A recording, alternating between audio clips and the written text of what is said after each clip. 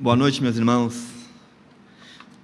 Muito bom estar aqui, podendo participar dessas nossas conferências missionárias. Os pastores já explicaram o motivo de eu não ter participado antes. O meu trabalho, a situação em relação à Covid-19 está bem complicada. Muitas pessoas pegaram, inclusive comentei com a sala de matrimônio nessa última sexta-feira, que há um colega meu, amigo meu de trabalho, o Eli, que ele está entubado por conta da Covid também. Então, já quero começar pedindo que os irmãos se lembrem dele nas suas orações. Irmãos, nós já passamos o vídeo, sobre o trabalho no Jardim das Fontes, então nós não vamos passar hoje de novo, para não ficar tão extenso, mas eu queria comentar algumas coisas em relação ao trabalho lá no Jardim das Fontes. Agora em fevereiro nós fizemos 5 anos que estamos trabalhando lá, muito rápido, irmãos. Eu precisei calcular o tempo para ver se era 5 anos mesmo, porque meio que eu não estava acreditando tão rápido que o tempo passou. Para vocês terem noção, a Manu tem 7 anos, eu tenho 8 anos de casado, então assim, já estamos há bastante tempo trabalhando no Jardim das Fontes, e graças a Deus o Senhor tem sido bom conosco, o trabalho tem se desenvolvido lá, o Senhor tem enviado mais pessoas novas no Jardim das Fontes. Infelizmente nós, por conta da Covid-19, nós também tivemos que dar uma freada lá nos cultos presenciais, então nós não estamos tendo também culto. Nós já tínhamos arrumado o nosso espaço para ter culto aberto. Você que já foi no Jardim das Fontes sabe que nós tínhamos uma cozinha lá, então nós removemos a cozinha, abrimos todo o salão, colocamos um distanciamento entre as cadeiras, estávamos tendo culto, até que novamente tivemos que parar com os cultos. Mas nós continuamos, irmãos, graças a Deus, nós temos incentivado os irmãos lá do Jardim das Fontes a assistirem os cultos aqui de Vila São José, temos estado em contato com os irmãos também, conversando com eles, com aqueles que ainda estão começando na fé também, temos dado todo esse auxílio para que eles possam conhecer mais do nosso Senhor Jesus Cristo. Temos notícias boas, temos candidatos a batismo no Jardim das Fontes. Pastor Neil, Viana, em breve, quando pudermos batizar, nós vamos ter batismo de alguns irmãos lá no Jardim das Fontes, então nós ficamos felizes com isso também.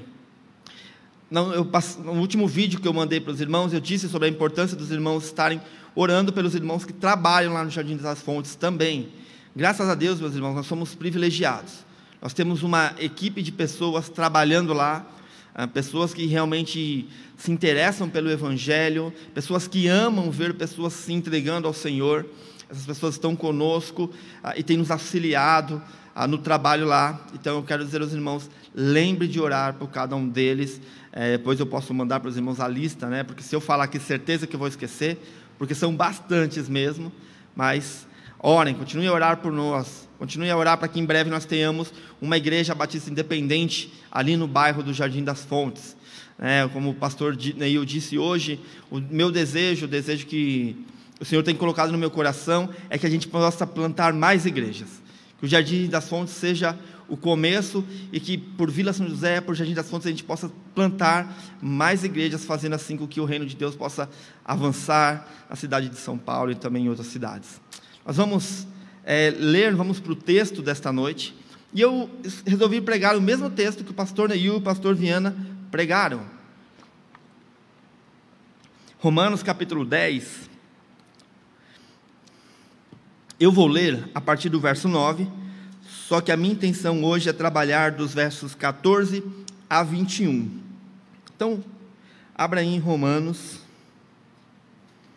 10, do 9 ao 21.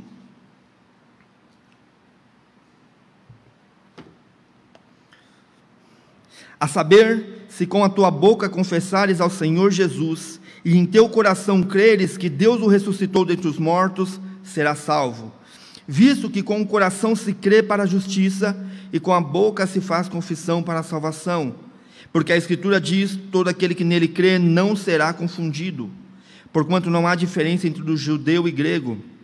Porque um mesmo é o Senhor de todos, rico para com todos os que o invocam. porque todo aquele que invocar o nome do Senhor será salvo. Como, pois, invocarão aquele em quem não creram? E como crerão naquele em quem não ouviram? E como ouvirão, se não há quem pregue? E como pregarão, se não forem enviados? Como está escrito, quão formosos os pés dos que anunciam o evangelho de paz, dos que trazem alegres novas de boas coisas. Mas nem todos têm obedecido ao evangelho, pois Isaías diz: Senhor, quem creu na nossa pregação? De sorte que a fé é pelo ouvir, e ouvir pela palavra de Deus. Mas digo, porventura não ouviram? Sim, por certo, pois toda a terra saiu a voz deles, e as suas palavras até os confins do mundo. Mas digo, porventura Israel não soube? Primeiramente diz Moisés: eu vos porei em ciúmes com aqueles que não são povo, com gente insensata vos provocarei a ira. E Isaías ousadamente diz: fui achado pelos aqueles que não me buscavam, fui manifestado aos que por mim não perguntavam. Mas para Israel diz: todo dia estendi as minhas mãos a um povo rebelde e contradizente. Vamos orar? Pai, nós te louvamos pela tua palavra, ó Deus. Te louvamos, ó Pai, porque ela é poderosa, ó Deus. Te louvamos pela autoridade que há na tua palavra, Pai. Te louvamos, ó Deus, porque o Senhor tem chamado pessoas para o teu reino, ó Deus. Obrigado, Pai, pelos métodos que o Senhor tem usado. Obrigado pela pregação, ó Deus. Obrigado pela tua palavra, ó Deus, em que nós temos acesso livre a ela, ó Deus. Pai Santo, nós queremos te clamar que o Senhor continue a nos abençoar, de maneiras que possamos ser discípulos do teu Filho Jesus, ó Pai, e que possamos agregar mais pessoas para o teu reino, ó Deus. Que o Senhor possa usar a Igreja Batista em Vila São José, a fim de que possa enviar missionários, ó Deus, a fim de que possa continuar fortalecendo e cuidando dos missionários que já estão em campo, ó Pai. Que o Senhor levante mais obreiros, de maneira, ó Pai, que a gente possa sair pelos campos a proclamar as boas novas do reino do teu Filho Jesus. E é em nome dele que eu oro e que eu agradeço. Amém. Boas novas, irmãos. Boas notícias. Você já percebeu como é bom você dar ou receber boas notícias? É sempre uma experiência boa, uma experiência maravilhosa. Um período da minha vida, pequeno, eu trabalhei à noite. Então eu saía lá de Santana de Parnaíba, 22 horas, e chegava em casa por volta da meia-noite ali.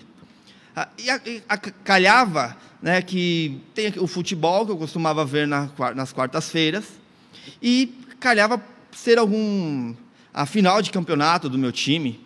E eu lembro que eu ia nesse trajeto do trabalho até em casa sem ter notícias de como estava o jogo, se de fato o meu time estava ganhando, se ele já tinha sido campeão. Eu não sabia como estava o andamento ali. Mas eu me lembro de certa vez em que eu cheguei em casa e eu já ouvi o barulho da vitória. Eu vi os meus irmãos, o meu pai na porta, com a camisa do Corinthians, né, balançando e mostrando e gritando: é campeão. E eles empolgados por poder dar aquela notícia para mim. Notícias, irmãos, boas, são sempre agradáveis de darmos. Você já percebeu como é legal quando você chega em casa com aquela expectativa de uma notícia boa? Então você tem algo para contar, você recebeu uma promoção no trabalho, e você chega e você quer que todo mundo ouça aquela maravilhosa notícia. Me lembro também, tanto da gravidez da Érica, do João, quanto da Manu, aquela expectativa, aquela vontade de sair contando a todo mundo, contando aos meus pais, a minha sogra, a igreja, porque notícias boas fazem isso conosco, fazem com que a gente deseje sair por aí dizendo a todos. E hoje nós veremos isso, irmãos. Veremos Paulo saindo por aí, sacudindo a camisa do Evangelho, a fim de proclamar as verdades acerca do reino de Jesus. E ele fazendo isso, demonstrando todo o poder que há no Evangelho e todo o poder que há em Cristo. Nas últimas mensagens que nós ouvimos a partir desse texto, nós vimos o pastor Viana aplicando esse texto, vimos o pastor Neil trazendo a parte mais teológica, falando sobre a importância e a necessidade de nós confessarmos a Jesus, de nós confessarmos que Ele é o Messias, e disso nós podemos entender também que o Evangelho ele começa no coração do homem, fazendo uma transformação tão profunda, tão real, tão verdadeira, que o homem ele não consegue ficar calado, mas ele precisa, com poder, proclamar aquilo que ele está vivendo. O Evangelho, meus irmãos, a fé, ela não é para ser vivida apenas intimamente. Ela não é algo só interno. Mas o Evangelho, quando ele é consumado, como de fato ele é recebido pelo um coração, e ali faz morada, essa mensagem não fica guardada no coração. Ela precisa saltar para a vida real. Ela precisa vir para o dia a dia. Ela precisa fazer parte de quem nós somos.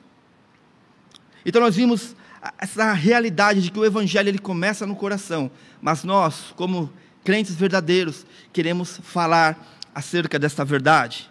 Vimos que se precisamos crer e confessar, se isso é necessário para a salvação, e também a gente precisa entender que pregação e evangelismo também são essenciais e também são necessárias. Leia comigo de novo os versos 13 a 15. Porque todo aquele que invocar o nome do Senhor será salvo. Como, pois, invocarão aquele em quem não creram? E como crerão naquele a quem não ouviram? E como ouvirão se não há quem pregue? E como pregarão se não forem enviados? Como está escrito, quão formosos os pés dos que anunciam o evangelho da paz, dos que trazem alegres novas de boas coisas. Vamos olhar para o nosso primeiro ponto de hoje, irmãos. Deus escolhe a pregação como método principal para chamar os seus discípulos. Deus escolhe a pregação como esse método principal para chamar o teu povo ao arrependimento. Paulo aqui ele vem falando que para ser salvo é necessário que você receba esta fé, esta graça revelada em Cristo Jesus, e que você confesse e invoque o nome do Senhor. Mas aí surge a questão, essas perguntas que Paulo coloca no verso 14, como invocarão, ou como crerão aqueles de quem não ouviram? Percebemos que há uma necessidade, que para as pessoas serem salvas, alguém precisa falar.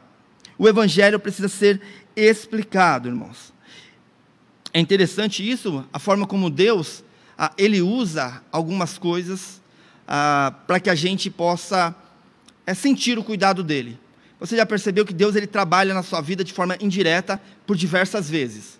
Então, quando você está com sede, por exemplo, você está com sede, não brota simplesmente água na tua boca. Não, Deus vai utilizar meios indiretos. Então, você vai ter ali um copo d'água, você vai ter um filtro, um bebedouro, alguém vai te trazer água.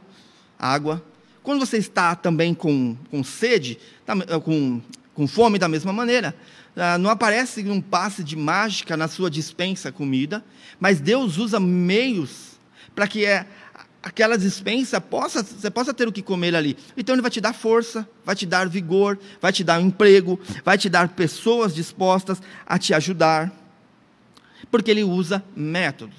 Em relação à salvação também, irmãos, Deus é quem opera a salvação, Deus é quem na eternidade estipulou como seria o plano de salvação. Jesus é quem vem a este mundo, é quem nasce de uma virgem. Jesus é quem se entrega, é quem morre, é quem garante a nossa entrada no céu e a nossa permanência eterna ao lado de Deus. É uma obra só dele, mas ainda assim ele estipula que o método como o evangelho vai ser aplicado no coração dos homens é por meio da pregação. É por meio da exposição da palavra do Senhor, porque como ouvirão se não há quem pregue? É o que diz o nosso texto. Novamente o verso 14, como pois invocarão aquele em quem não creram? E como crerão naquele de quem não ouviram? E como ouvirão se não há quem pregue?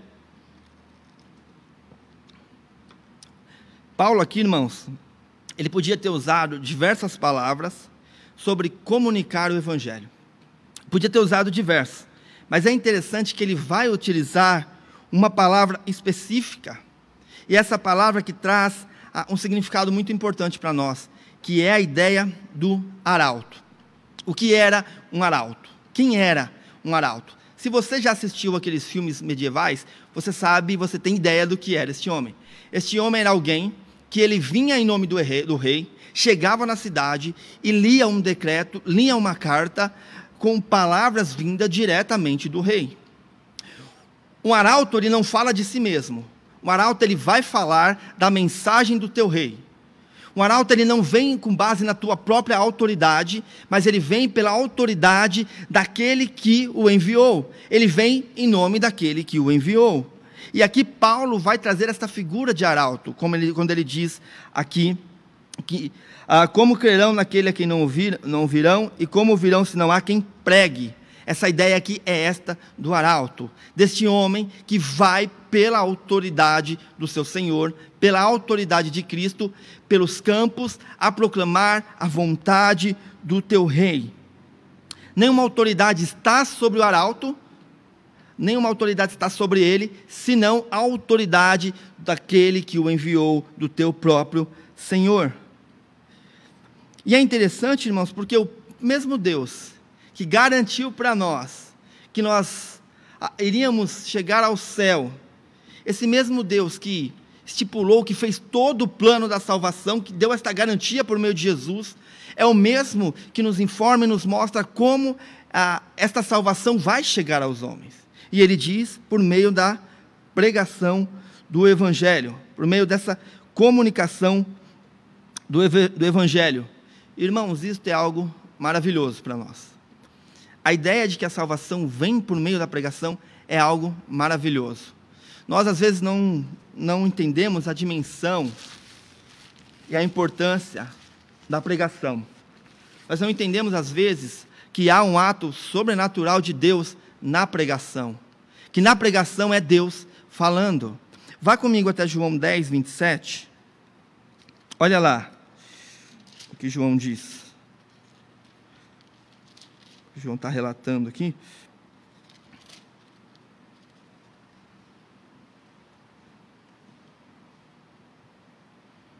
Dez, 27, as minhas ovelhas ouvem a minha voz, e eu conheço-as, e elas me seguem. Olha o verso 16 também, do mesmo capítulo 10. Ainda tenho outras ovelhas que não são deste aprisco. Também me convém agregar estas, e elas ouvirão a minha voz, e haverá um rebanho e um pastor.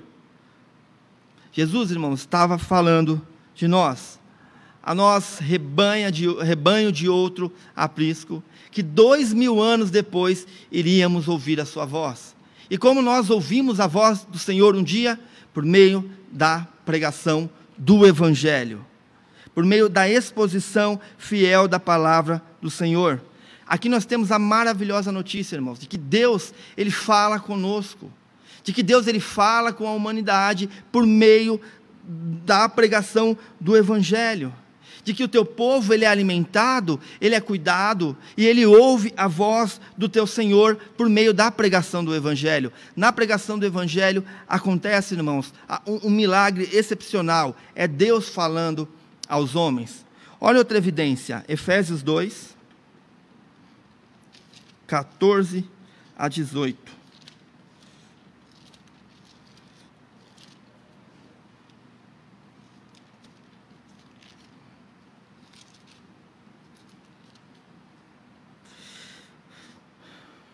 Mas quando vi que não andava bem e direitamente conforme a verdade do Evangelho, disse a... Opa, desculpa, irmãos, não estou no texto, perdão.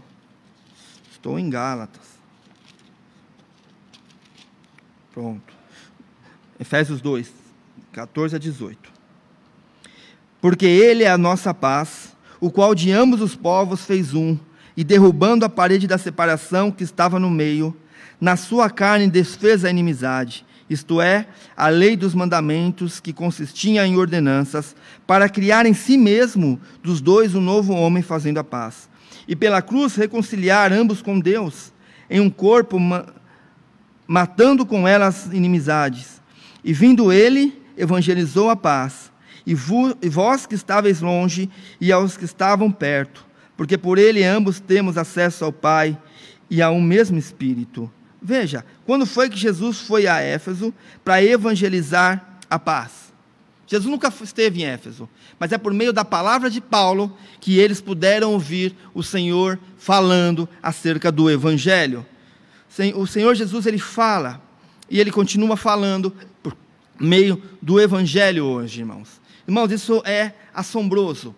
quando nós estamos diante da palavra do Senhor, quando nós estamos aqui na igreja, ou aí na casa de cada um na sua casa, sentado ouvindo a palavra do Senhor, nós não estamos ouvindo apenas uma palestra, nós não estamos ouvindo apenas uma contação de história, ou um bate-papo, não. Quando a palavra ela é exposta de forma fiel, é Deus falando com o teu povo. Isso aqui é diferente do que acontece na faculdade, em que um homem se levanta e os outros ouvem. É diferente. Aqui, na pregação, é Deus falando com o teu povo. É Deus falando e trazendo palavras de arrependimento e chamando o teu povo para unir-se a Ele. Isso nos leva ao nosso segundo ponto, irmãos. Porque a pregação é um método que Deus escolheu para chamar o seu povo ao arrependimento. Então nós, Igreja de Cristo, precisamos investir pesado em missões.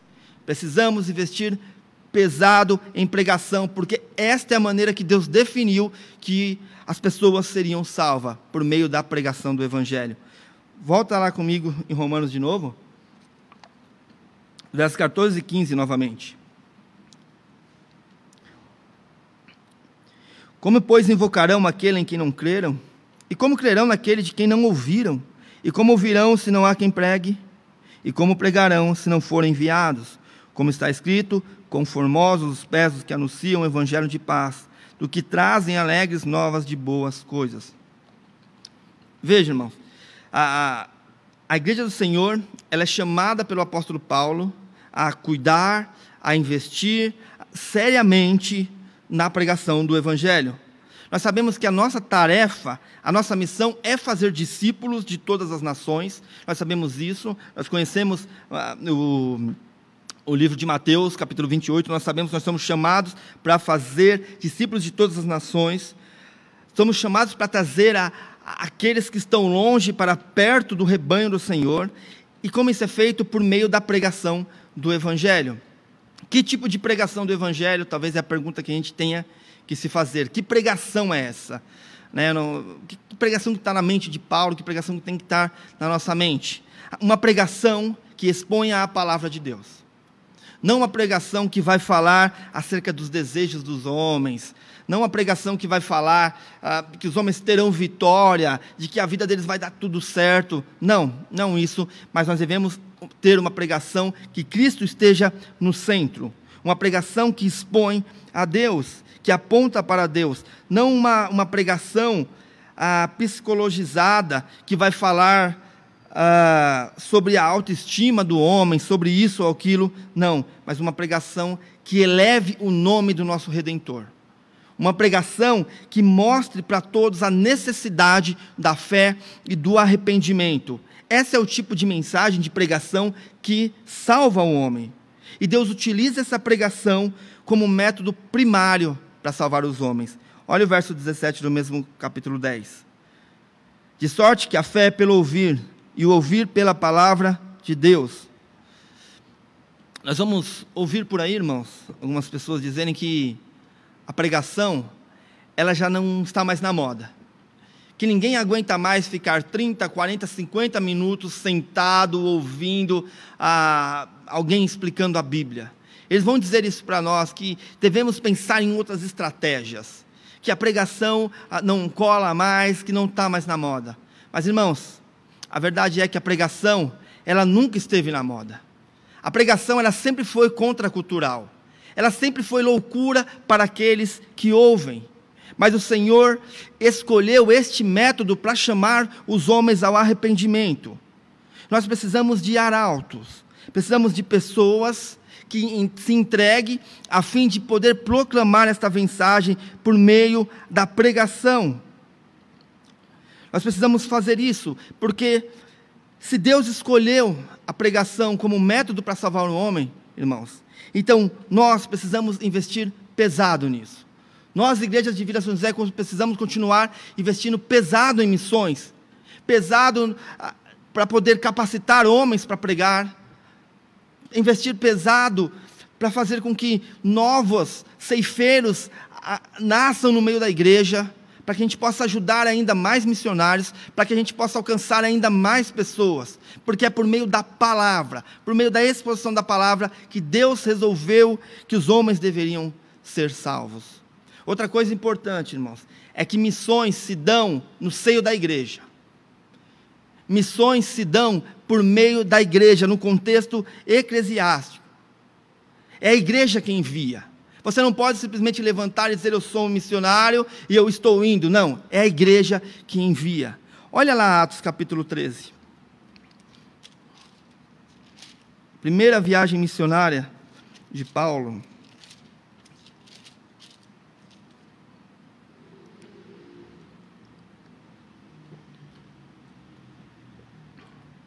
A partir do verso 1 diz: e na igreja que estava em Antioquia, havia alguns profetas e doutores, a saber, Barnabé e Simeão, chamado Níger, e Lúcio, Cirineu, e Manaém, que fora criado com Herodes, o tetrarca, e Saulo.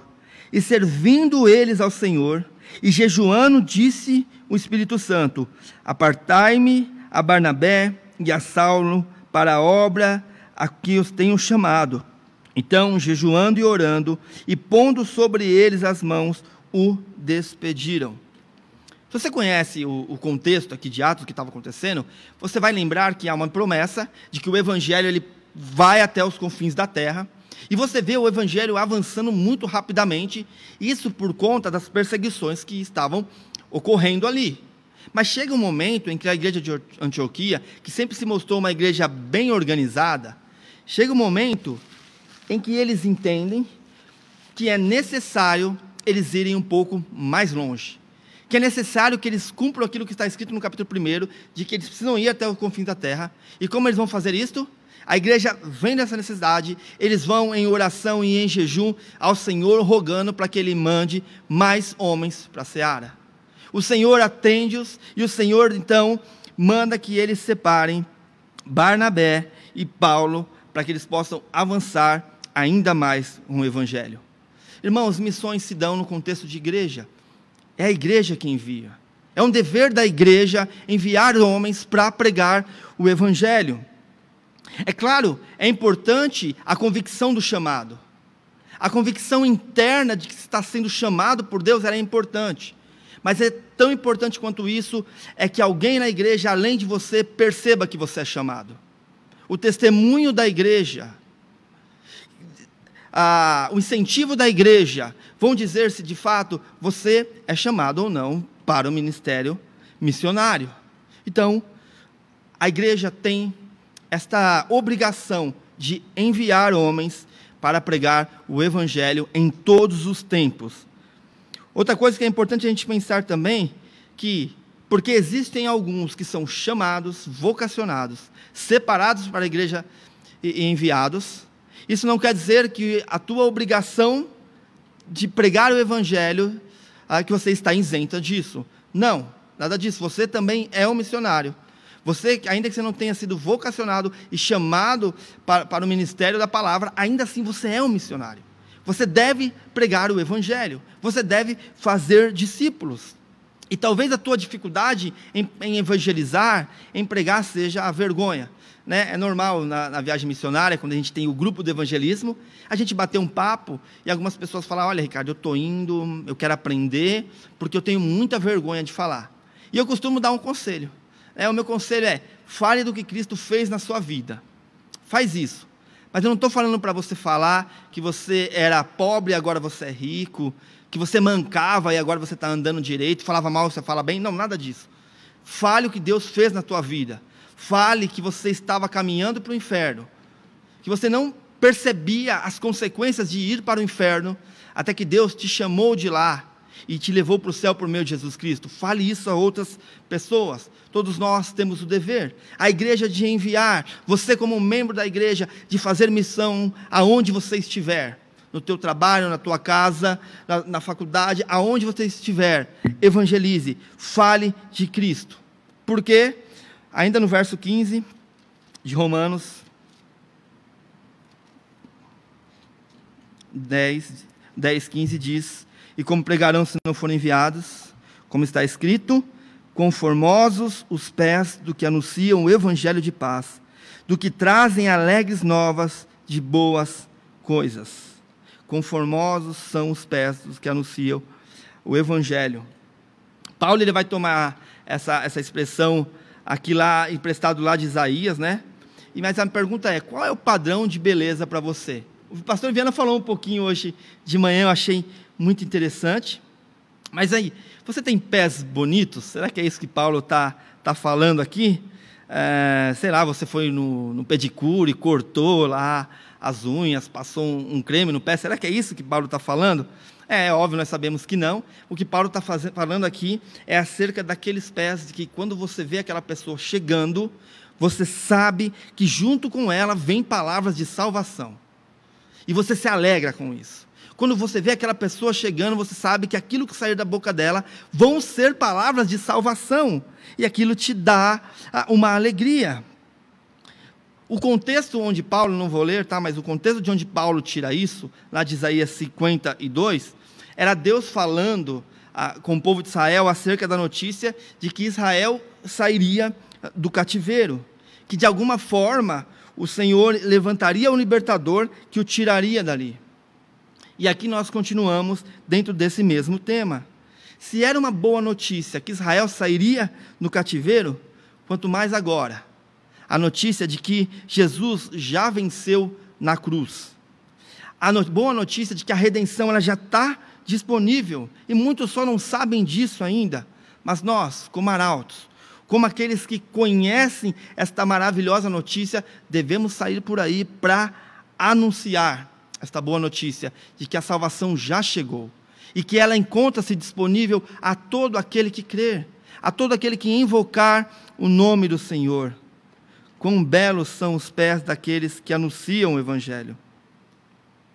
Irmãos, as pessoas precisam urgentemente de arautos. Porque qual era a outra função do arauto? Um arauto ele era responsável para trazer a notícia se o povo tinha ou não vencido a guerra. Então você precisa imaginar. Imagina uma cidade e as pessoas todas deitadas, encostadas no muro, olhando e esperando pela presença do arauto.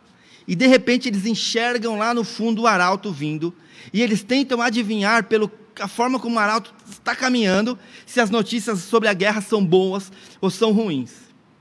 E lá vem um arauto sacudindo a terra, sacudindo o pó, correndo para dizer que, olha, de fato, a guerra já está vencida, de que Cristo já triunfou, e de que Cristo já venceu a morte, e Ele chama mais pessoas para se unir a eles. Nós precisamos ser estes arautos, irmãos, porque quão belos são os pés dos arautos, aqueles que andam para cá e para lá, falando acerca do Evangelho, contando acerca das boas notícias. Você é um arauto? Você é um daqueles que, em meio a toda essa dor, tragédia que nós temos visto, pessoas morrendo, você no meio de tudo isso consegue espalhar a paz? Você é aquela pessoa que quando os outros veem você chegando, eles dizem, lá vem uma pessoa com palavras de paz, com palavras de salvação, com palavra de alegria. Ou talvez para você o evangelismo, o proclamar do evangelho seja um peso, e essa responsabilidade de anunciar o evangelho, de contribuir, de orar por missões, seja muito difícil para você, pois eu quero te levar a pensar que o evangelismo, irmãos, missões, o pregar o evangelho, é uma das tarefas mais maravilhosas que Deus entregou ao homem. É uma das coisas mais excelentes que Deus deixou ao homem. Deus podia ter pensado em diversas maneiras para chamar o homem ao arrependimento, mas Ele escolheu usar a igreja dele. Ele escolheu usar as palavras, a fim de que possa proclamar o reino de Deus. Ele escolheu usar você. Você é chamado para isso, é para falar de Cristo, para contar sobre a tua obra. Só um segundinho que saiu aqui. Nós temos que entender que esta mensagem, ela é sempre central, ela é sempre mais importante. O pastor Viana também comentou isso hoje. A pregação do evangelho, ela é o aquilo que é principal dentro do corpo da igreja, aquilo que é principal para a humanidade, aquilo que eles mais precisam é do Evangelho. Nós temos que ter sempre a mensagem como primazia. Outras coisas que a igreja faz servem como adorno para enfeitar esta mensagem. Ação social é uma delas. Quando nós resolvemos ajudar as pessoas, por exemplo, com cesta básica, o que nós estamos fazendo? Apenas enfeitando, apenas aquilo serve de adorno para que a gente possa falar daquilo que é mais importante, do Evangelho. É claro que nós vamos ajudar, é claro que nós vamos consolar as pessoas, nós vamos fazer tudo isso no meio desse caos que nós estamos vivendo, mas mais importante que isso é a pregação do Evangelho, porque, irmãos, a comida, ela acaba. Existe muita gente ajudando também, questão de alimento, existem ONGs, no meu trabalho mesmo, as pessoas se reuniram ali, criaram um grupo de WhatsApp com toda a empresa e falaram, gente, se vocês conhecerem alguém que tem necessidade, coloca aqui, a gente se organiza e ajuda. Bom, tem valor? Tem valor, é muito bom isso, mas se você de fato quer demonstrar um amor por aqueles que estão sofrendo, estão morrendo hoje, tá? Aqueles que estão morrendo hoje, pregue o Evangelho a essas pessoas. Não existe maior demonstração de amor do que a pregação do Evangelho. Que as outras coisas sirvam de adorno, sirvam de enfeite para esta que é a necessidade maior do ser humano. Para isso que só a igreja pode fazer, falar de Cristo. Irmãos, apenas para a gente caminhar para o fim aqui, os versos 16 a 21. Mas nem todos têm obedecido o Evangelho, pois Isaías diz, Senhor, quem creu na nossa pregação? De sorte que a fé é pelo ouvir, e ouvir pela palavra de Deus. Mas digo, porventura não ouviram? Sim, por certo, pois por toda a terra saiu a voz deles, e as suas palavras até os confins do mundo. Mas digo, porventura Israel não soube? Primeiramente diz Moisés, eu vos porei em ciúmes com aqueles que não são povo, com gente insensata vos provocarei a ira.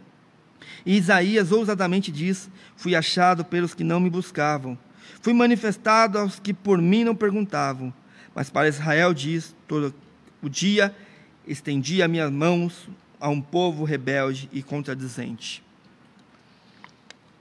Eu não quero olhar tanto para as questões mais teológicas desse texto agora, mas é interessante isso, porque Paulo ele retorna e ele vai falar novamente sobre a relação de Israel com o Evangelho, e vai trazer de novo no verso 17 o argumento de que é pelo ouvir da palavra que as pessoas são salvas, mas se levanta uma questão, se todos ouviram, porque nem todos se converterão?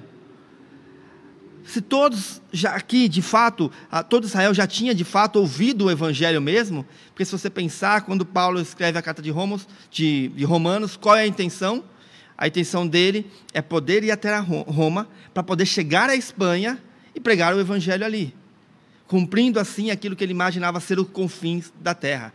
Ele imaginava que a Espanha seria os confins da terra, então ele escreve esta carta pensando, vou até Roma, de Roma vou até a Espanha. Então ele imaginava que seriam os confins da terra ali, então ele já imaginava aqui que todo Israel já havia ouvido de Cristo. Então levanta a questão, se todos aqui ouviram de Cristo, porque então nem todos se converteram? E esta, irmãos, é uma pergunta assim, extremamente difícil, como eu disse, eu não quero me entreter hoje pensando nas questões teológicas em relação a isso, mas eu quero pensar em como nós sofremos com esse tipo de coisa. Você já percebeu que às vezes você insiste em falar do Evangelho para uma pessoa, e você aplica o evangelismo explosivo, as 5 leis, você usa todos os métodos, todos os métodos possíveis de evangelismo para falar de Cristo para a pessoa, mas a pessoa não se converte. E você fala, mas é o mesmo evangelho que tocou o meu coração um dia, é o mesmo que me salvou, por que ele não salva essa pessoa? E a gente não entende isso causa meio que uma bagunça na gente. Eu lembro que quando eu cheguei no Jardim das Fontes, irmãos, eu tinha algumas perspectivas, né? Falei, não, vamos trabalhar bastante, em 2 anos a gente vai ter uma igreja maior aqui, quem sabe a gente já vai estar num espaço nosso, tendo muitas pessoas com o templo lotado, já fazendo alguns trabalhos sociais dentro aqui do bairro. E no final desses 2 primeiros anos, eu me lembro que eu cheguei num momento da minha vida em que eu fiquei muito preocupado, que eu olhei para o pessoal, olhei para a congregação e falei, não tem crescimento, não estou vendo crescimento aqui. As pessoas vêm para o culto, aparece visitante, a gente faz programação, eles aparecem.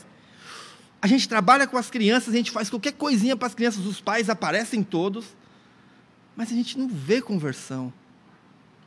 Poxa, isso aí, irmãos, eu demorei um pouco para entender que nós somos chamados para levar as boas novas do Evangelho, mas isso tudo é feito na dependência de Deus. Que embora nós somos chamados para levar, o poder não está em nós. Não somos nós que somos capazes de converter alguém. Não somos nós que podemos fazer com que alguém creia, mas o próprio Senhor Deus. Isso é o trabalho do Senhor Deus, o trabalho do Espírito Santo. Às vezes isso é difícil para a gente, né? Do outro lado também, tem vezes que a pessoa vem a primeira vez na igreja, nunca entrou na igreja na vida, a pessoa tem 50 anos, entra em um culto e se converte, e nunca mais vai embora da igreja. Como é que a gente entende uma coisa dessa? A gente não entende. Mas, irmãos, a gente tem que entender o seguinte, que o nosso trabalho, o trabalho da Igreja Batista de Vila São José, o teu trabalho como membro, como crente de Vila São José, é proclamar o Evangelho. Os resultados são de Deus. É Ele quem dá os resultados. Obviamente, de vez em quando, Ele vai deixar com que a gente enxergue um pouco desses resultados, e a gente vai se alegrar, né? Passou-se os 2 anos e a gente já batizou pessoas, pessoas se converteram, e a gente viu um pouco, Deus mostrou um pouco dos frutos do trabalho, e a gente se alegrou muito com isso. Mas, irmãos, o nosso trabalho é falar, é estender as mãos, mostrar o Evangelho aos homens. Os resultados, Deus irá fazer. Deus é quem abre o coração, o Espírito Santo é quem convence o homem. Veja de novo os versos 20 e 21, só para a gente encerrar. Isaías ousadamente diz, fui achado pelos que não me buscavam, fui manifestados ao que por mim não perguntavam, mas para Israel diz, todo dia estendi as minhas mãos a um povo rebelde e contradizente. Qual é o nosso trabalho? Mostrar a este mundo que Deus continua estendendo os braços a Ele, não só a Israel, mas a todo mundo. Mostrar que Deus continua com os braços estendidos. Mostrar que o Evangelho, ele continua salvando pessoas hoje.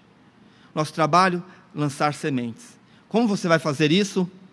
E aí você vai evangelizar, vai falar para as pessoas que te cercam, você vai orar pelos missionários, você vai se aproximar mais dos missionários.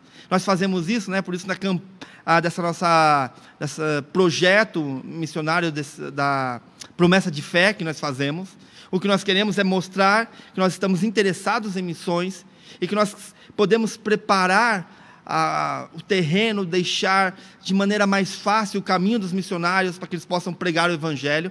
É por isso que a gente tem esta promessa de fé. Nós fazemos isso quando nós vamos à viagem missionária, quando nós participamos da viagem missionária como igreja, porque nós mostramos ao missionário que ele não está sozinho, que nós estamos apoiando, que nós se preocupamos com aquele trabalho, e a gente facilita o trabalho dele na outra cidade, seja por meio da oração, seja por meio da contribuição, mas que a gente continue, irmãos, que a gente continue a pregar o Evangelho, sabendo que os resultados são de Deus, mas eles são eternos, irmãos.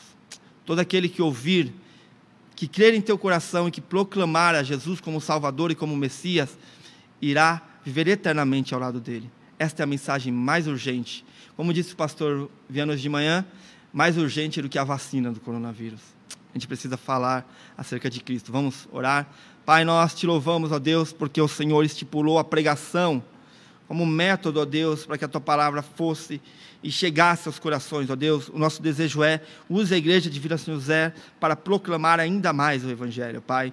Mande mais ceifeiros, levante mais homens, ó Deus, famílias dispostas a renunciar a algumas coisas de tua vida, para que possam, ó Deus, ir ao campo pregar o Evangelho, ó Deus. Pai Santo, olhe para os bairros aqui em torno de nós, ó Pai, que nós possamos estar em cada um deles, com uma igreja batista centrada, ó Pai, cujo o Evangelho seja o centro desta igreja, e assim mais pessoas sejam chamadas para o Teu reino, ó Pai. Continue a usar essa igreja. É o que nós te pedimos em nome do teu Filho Jesus. Amém. Pastor Neil?